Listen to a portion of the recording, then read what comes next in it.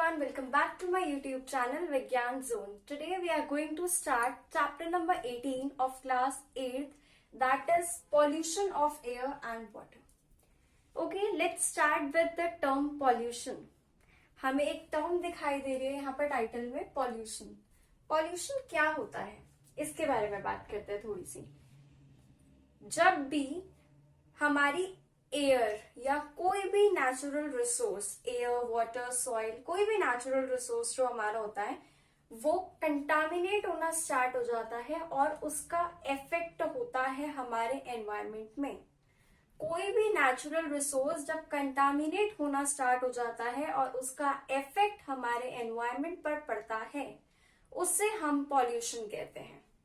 Okay, contaminate होने का मतलब है मिक्सचर हो जाना अनवांटेड सब्सटेंसेस का, कुछ अनवांटेड चीजों का हमारे नेचुरल रिसोर्सेस के अंदर जाकर मिक्स हो जाना, इसको कंटामिनेट बोलते हैं. ठीक है, जिससे हम लोगों को हार्मफुल इफेक्ट्स मिलते हैं, नेगेटिव इम्पैक्ट्स पड़ते हैं उससे एनवायरनमेंट पे, नेचर पे. ठीक है, अब बात करते हैं हम लोग क्या क्या हमारे कुछ एग्जाम्पल्स हैं जिसके अंदर ऐसा हो चुका है कि हमारे नेचुरल रिसोर्सेज पर हार्म आ चुका है. पहला केस इसमें ताजमहल का आता है. आप लोगों ने देखा होगा, हम वैसे इसको डिटेल में स्टडी करेंगे आगे, पर एक शॉर्ट ओवरव्यू के लिए बता देती हूँ. फॉर एन एग्जाम्पल, ताजमहल का जो मार्बल है वो व्हाइट कलर है, बहुत ही शाइनी, बहुत ही अट्रैक्टिव है टूरिस्ट के लिए. बहुत सारे टूरिस्ट जगह जगह से आकर उसको विजिट करना पसंद करते हैं. तो वो मार्बल जो है वो धीरे धीरे एयर पॉल्यूशन की वजह से और एसिड रेन की वजह से येलोइश होता जा रहा है. मतलब उसकी जो नेचुरल ब्यूटी है वो डिमोलिश होती जा रही है. ठीक है, तो ये एक एग्जाम्पल है जिसमें एसिड रेन क्या होता है, किस तरह से पॉल्यूशन हमारा एसिड रेन कॉज कर रहा है, किस टाइप का पोल्यूशन कॉज करता है, कैसे होता है, किस तरह से उसे हम लोग ओवरकम कर सकते हैं. We will go in detail further in the video. Next जो एग्जाम्पल आता है वो आता है हमारा पॉल्यूशन का. मैं एयर पॉल्यूशन की बात कर रही हूँ अभी. उसका जो एग्जाम्पल आता है वो आता है जो ऑटोमोबाइल्स, व्हीकल्स जितने भी हैं हम लोगों के, और फायर जो हम लोग वुड्स के अंदर काओ के जो डंग होता है, उसके जो केक्स होता है, उसको हम लोग फायर लगाते हैं. तो उससे जो हम लोगों का स्मोक और बहुत ही ज्यादा डस्ट और बहुत सारी हार्मफुल गैसेस भी रिलीज होती है जो हमारे एनवायरनमेंट में एयर पोल्यूशन कॉज कर रही हैं. तो ये दो एग्जांपल्स हैं हम लोगों के एयर पोल्यूशन कॉज होने के और उसका कैसा इम्पैक्ट, नेगेटिव इम्पैक्ट हमारे एनवायरनमेंट में पड़ रहा है. ऑलराइट, अब टू टाइप के हम लोगों के पॉल्यूशन है जिसके बारे में हम इस चैप्टर में डील करने वाले. There are many more, noise pollution, soil pollution and air pollution, water pollution, जिनमें से हम लोग सिर्फ दो को ही डील करेंगे इस चैप्टर में, that is air pollution and water pollution. And hopefully इस वीडियो में we are going to cover air pollution. Okay, so let us start with the definition of pollution first. Okay, so जो definition है pollution की वो है contamination of natural resources जो adverse effects पहुंचाता है एनवायरनमेंट को. तो हम लोग शॉर्ट में अगर यहां लिखे तो it is contamination of natural resources.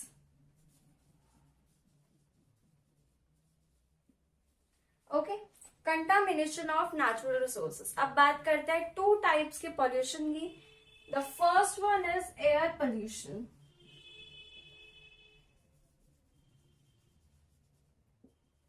क्या है first one? Air pollution. Okay, okay, अब एयर पॉल्यूशन होता क्या है? हम लोगों ने बात की थी कि पॉल्यूशन होता है जब भी हमारा नेचुरल रिसोर्स कोई भी कंटामिनेट होता है. यहां हम एयर पॉल्यूशन की बात करेंगे तो जब एयर हम लोगों की कंटामिनेट होती है तो उस टाइप से जो पॉल्यूशन कॉज होता है उससे हम लोग एयर पॉल्यूशन कहते हैं. The contamination of air results in air pollution. Okay, तो हम लोग यहाँ पर अगर शॉर्ट में लिखे तो air pollution is contamination of air. Contamination of air. Alright, अब इसके इम्पैक्ट्स क्या क्या आते हैं, मतलब क्या हार्म्स है हमारे एनवायरमेंट के लिए इसके। देखो, एक तो ह्यूमंस की हेल्थ, एनिमल्स की हेल्थ, सबके ऊपर इफेक्ट पड़ता है एयर पोल्यूशन का। ठीक है, एयर पोल्यूशन का हर एक लिविंग बीइंग के ऊपर इफेक्ट पड़ता है, and not only living beings, non living things पर भी इफेक्ट पड़ता है। एग्जाम्पल इस ताजमहल का मार्बल। ठीक है, तो अब हम लोग इसको कम कैसे कर सकते हैं, किस तरह से ये कॉज होता है, इस सब के बारे में बात करते हैं। जो मेन कॉज है हम लोगों का एयर पोल्यूशन का, वो है air pollutants. Now what are these? तो जो कॉज है हम लोगों का वो है एयर पॉल्यूटेंट्स। अब एयर पॉल्यूटेंट्स फर्दर क्या होते हैं हम उसकी बात करते हैं। वो सब्सटेंसेस, वो हार्मफुल सब्सटेंसेस जो एयर को कंटामिनेट करते हैं, मिक्स करते हैं, हार्मफुल बनाते हैं, उससे हम लोग एयर पॉल्यूटेंट्स कहते हैं।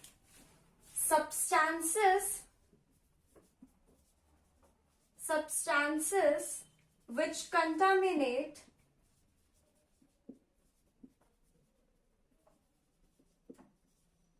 air. Substances which contaminates air are known as air pollutants. अब बात करते हैं एग्जाम्पल्स की, क्या क्या एयर पॉल्यूटेंट्स आ सकते हैं। मैंने पहले भी बताया था, जो ऑटोमोबाइल्स होते हैं उनसे स्मोक, डस्ट प्रोड्यूस होता है, बहुत सारी गैसेस प्रोड्यूस होती है, जैसे कि nitrogen oxides, sulphur oxides, carbon dioxide, methane and many more. ये सब हमारे लिए बहुत हार्मफुल होती है। किस वे में हार्मफुल होती है, कैसे प्रोड्यूस होती है, ये हम लोग कुछ क्वेश्चंस की फॉर्म में आंसर करेंगे, which I am going to deal with in this video only. उससे पहले शॉर्ट में अगर बताया जाए तो ये कुछ गैसेस होती हैं जो व्हीकल्स से प्रोड्यूस होती हैं, जो फ्यूल्स होते हैं उसके बर्निंग से प्रोड्यूस होती हैं, जो हमारे नेचर को हार्म कर रही हैं। ओके, अब किस वे में हार्म कर रही है वो हम लोग आगे पढ़ेंगे। उससे पहले सब्सटेंसेस जो कंटामिनेट करते हैं एयर को, उन्हें एयर पॉल्यूटेंट्स कहते हैं, जो कि कॉज है एयर पोल्यूशन का, which comes under the category of pollution. Okay, अब यहां पर हम लोग बात करते हैं सेकेंड एग्जाम्पल की, जो एयर पॉल्यूटेंट्स के अंदर आता है। वो आता है काउ डंग केक्स और वुड, कोल। इन सबको जब हम लोग बर्न करते हैं, इनका कंबशन करते हैं। अब क्वेश्चन आएगा यहाँ पर, कंबशन क्या होता है? जब भी ऑक्सीजन की प्रेजेंस में कोई भी चीज बर्न होती है, इस फिनोमिना को, इस प्रोसेस को हम लोग ने नेम दे दिया, एक टर्म दे दिया, दैट इज कंबशन। साइंस ने एक टर्म दे दिया उसे। ठीक है, तो जब भी कोल का, वुड का या फिर काउ डंग केक्स का जो हम लोगों का कंबशन होता है, उससे भी हम लोगों की डस्ट, स्मोक और कुछ गैसेस रिलीज होती हैं जो हार्मफुल होती हैं।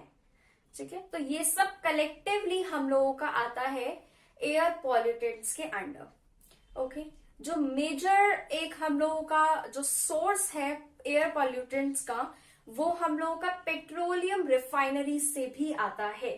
जो पेट्रोलियम रिफाइनरीज होती हैं हम लोगों की, वहां से बहुत ज्यादा हार्मफुल गैसेस रिलीज होती हैं, जैसे कि nitrogen oxide, sulphur oxides and all these. Okay, और ये हमारे लिए बहुत हार्मफुल होती हैं, जो एयर को पॉल्यूट कर रही हैं, जिसकी वजह से इन ह्यूमंस ब्रीथिंग प्रॉब्लम्स अकर होती हैं, अस्थमा, और इतना एक्सेस भी हो जाता है कई बार कि किसी के अंदर, किसी इंडिविजुअल में परमानेंट डैमेज भी हो सकता है लंग्स का।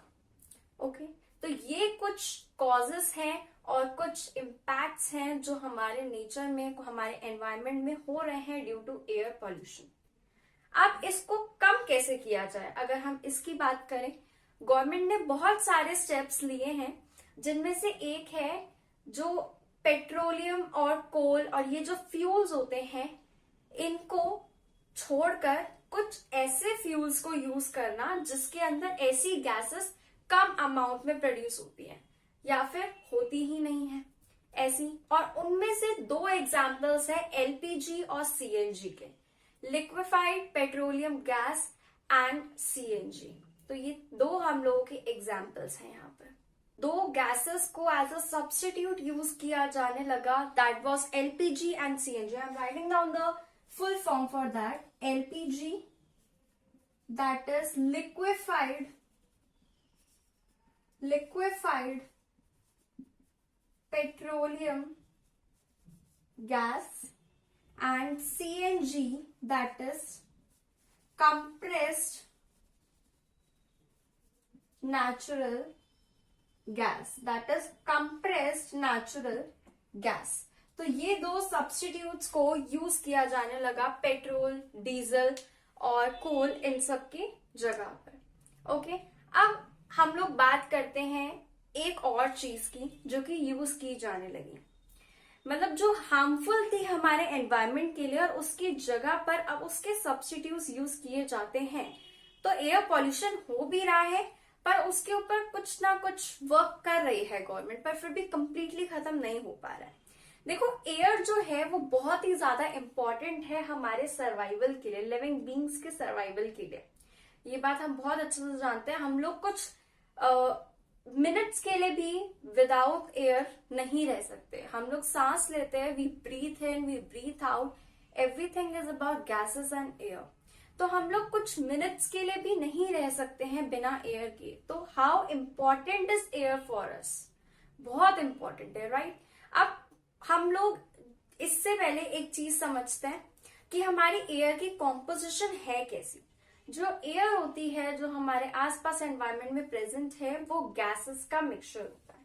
One more important point, it is air is mixture of gases. Air हमारी सिर्फ एक गैस नहीं है, ये गैसेस का मिक्सचर है. अब फिर इसका कॉम्पोजिशन कैसा है, तो हम लोग इधर बात करते हैं कॉम्पोजिशन ऑफ एयर की. कॉम्पोजिशन ऑफ एयर, एयर बनती कैसे है, किस किस सब्सटेंसेस, किस किस गैसेस को कॉन्स्टिट्यूट करके हमारी एयर बनती है. तो देयर आर 3 सेक्शंस. देखो, हम लोग इस पाई चार्ट के थ्रू समझते हैं.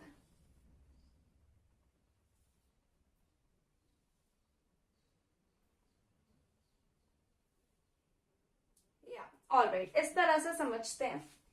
ये हम लोगों का मैक्सिमम पार्ट है, जो होता है 78%, और वो किसका होता है? नाइट्रोजन का. तो एयर में 78% नाइट्रोजन प्रेजेंट होती है. उसके बाद में जो सेकंड हाईएस्ट होता है वो होता है 21%, जो होता है ऑक्सीजन. 21% ऑक्सीजन प्रेजेंट होती है, जिसको हम लोग ऐसे डॉटेड वे में मार्क कर देते हैं. ओके, रेस्ट जो सबसे छोटा पार्ट होता है, उसके अंदर हमारी 1% आती है. कौन सी गैसेस? बाकी जितनी भी गैसेस होती हैं वो 1% प्रेजेंट होती है, उसमें कार्बन डाइऑक्साइड भी आती है. Okay, so other gases. तो ये होती है हमारी एयर की कॉम्पोजिशन, जिसके अंदर हम लोग इसको नीचे लिखते हैं 78% nitrogen, N for nitrogen, 21% is our oxygen, O for oxygen, or we can write O2 as well. Rest the 1% is other gases, जितनी भी प्रेजेंट होती हैं. ओके, ये होती है हमारी एयर की कॉम्पोजिशन. अब जो मैं आपको बता रही थी वो था क्लोरोफ्लोरोकार्बन्स के बारे में. I think I need to erase the board and then we will talk about this. तो अब हम लोग बात करते हैं क्लोरोफ्लोरोकार्बन्स के बारे में. ठीक है, let me right it down. Short में लिख रही हूं मैं, इसे बोलते हैं CFCS. ठीक है, it is CFCS, that is chlorofluorocarbons. और पेपर में आपको फुल फॉर्म लिखनी होगी इसकी, CFCS ब्रैकेट में आएगा. ओके, तो क्लोरोफ्लोरोकार्बन जो है वो हमारे रेफ्रिजरेटर्स, एरोसोल स्प्रेस और एसीज जो होते हैं हमारे घर में, इन सब में यूज की जाती थी। This is a gas, chlorofluorocarbon, जो यूज की जाती थी पहले। पर उससे एक प्रॉब्लम आ रही थी, आप लोगों ने शायद पढ़ा हो या कहीं पर सुना हो, ओजोन डिप्लीशन। ओजोन डिप्लीशन के बारे में अगर आपने कहीं पढ़ा हो तो मैं बता देती हूँ, अगर पढ़ा है तो ठीक है, otherwise I am going to tell you right now. तो ओजोन हम लोगों की एक लेयर है जो एटमॉस्फेयर के अंदर प्रेजेंट होती है, एटमॉस्फेयर से काफी ऊपर प्रेजेंट होती है वो, और वो हमें प्रोटेक्ट कर रही होती है सनलाइट की हार्मफुल अल्ट्रा वायलेट रेडिएशन से। तो इसको थोड़ा सा फ्लो चार्ट की फॉर्म में समझते हैं। हम यहाँ पर बात कर रहे हैं ओजोन की, जिसका केमिकल फॉर्मूला O3 होता है, ठीक है। अब यहाँ पर जो ओजोन होती है, इसका पर्पस क्या होता है, ये हमें प्रोटेक्ट करती है, protects us from UV rays of sunlight। सन लिखा है मैंने, it's sunlight, let me right it. तो जो सनलाइट होती है उसके अंदर से बहुत ही ज्यादा हार्मफुल रेस प्रोड्यूस होती है, जिन्हें यूवी रेस कहते हैं, और इन्हें हम लोग अल्ट्रा वायलेट रेस भी कहते हैं। ओके, तो इन रेस से होता क्या है, मतलब क्यों प्रोटेक्ट करना है, कोई हार्म होता होगा ना जरूर, जिसकी वजह से हमें प्रोटेक्ट करना है इससे। तो ये जो अल्ट्रा वायलेट रेस होती हैं, ये ह्यूमंस के अंदर जब डायरेक्ट कांटेक्ट में आती है स्किन से, तो स्किन कैंसर कॉज करती है, ठीक है। अल्ट्रा वायलेट रेस हम लोगों की are harmful and can cause skin cancer. Skin cancer cause कर सकती है ये, इसीलिए इन रेस से हमें प्रोटेक्ट करने के लिए ओजोन लेयर प्रेजेंट होती है अर्थ के सराउंडिंग में, ठीक है। पर बीच में क्या हो रहा था, ये जो CFCs की मैंने बात की है, chlorofluorocarbon, this is a gas,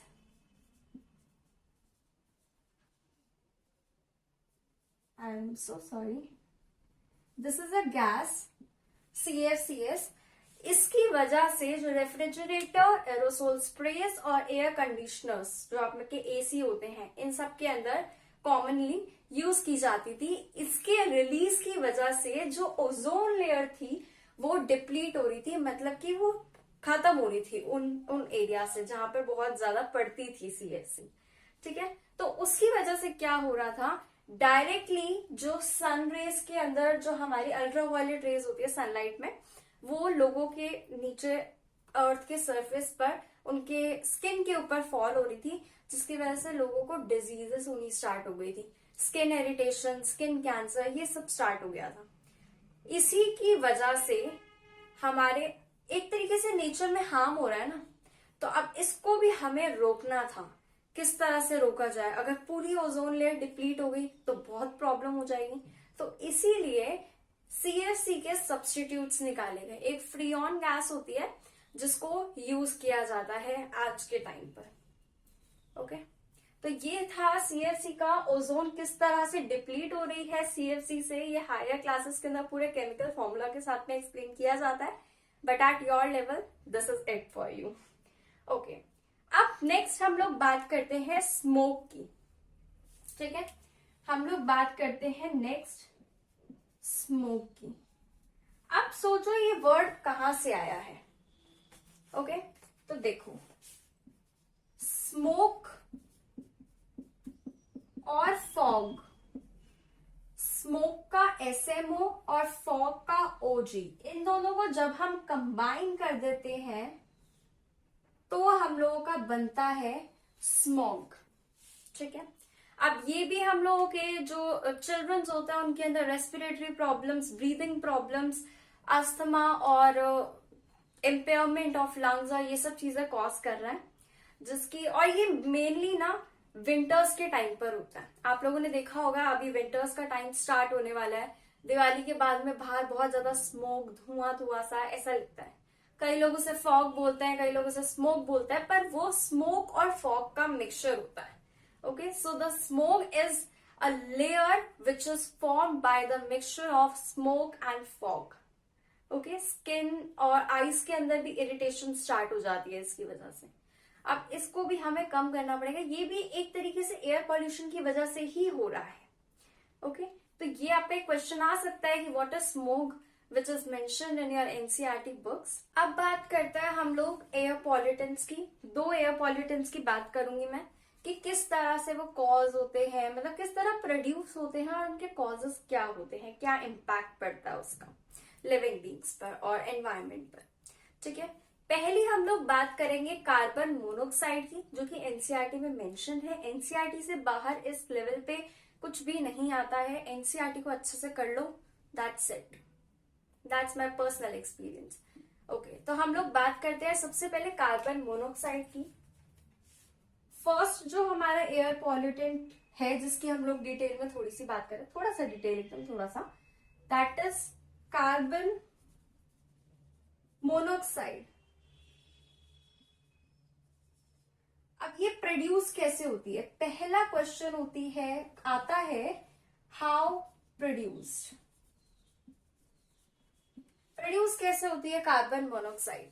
जब भी फ्यूल्स का इनकम्प्लीट कंबशन होता है या इनकम्प्लीट बर्निंग होती है, आई एम सो सॉरी, जब भी फ्यूल्स की इनकम्प्लीट बर्निंग होती है तो उससे बहुत ही पॉइजनस हार्मफुल गैस प्रोड्यूस होती है जिसे हम लोग कार्बन मोनोऑक्साइड कहते हैं। कैसे प्रोड्यूस हुआ? बाय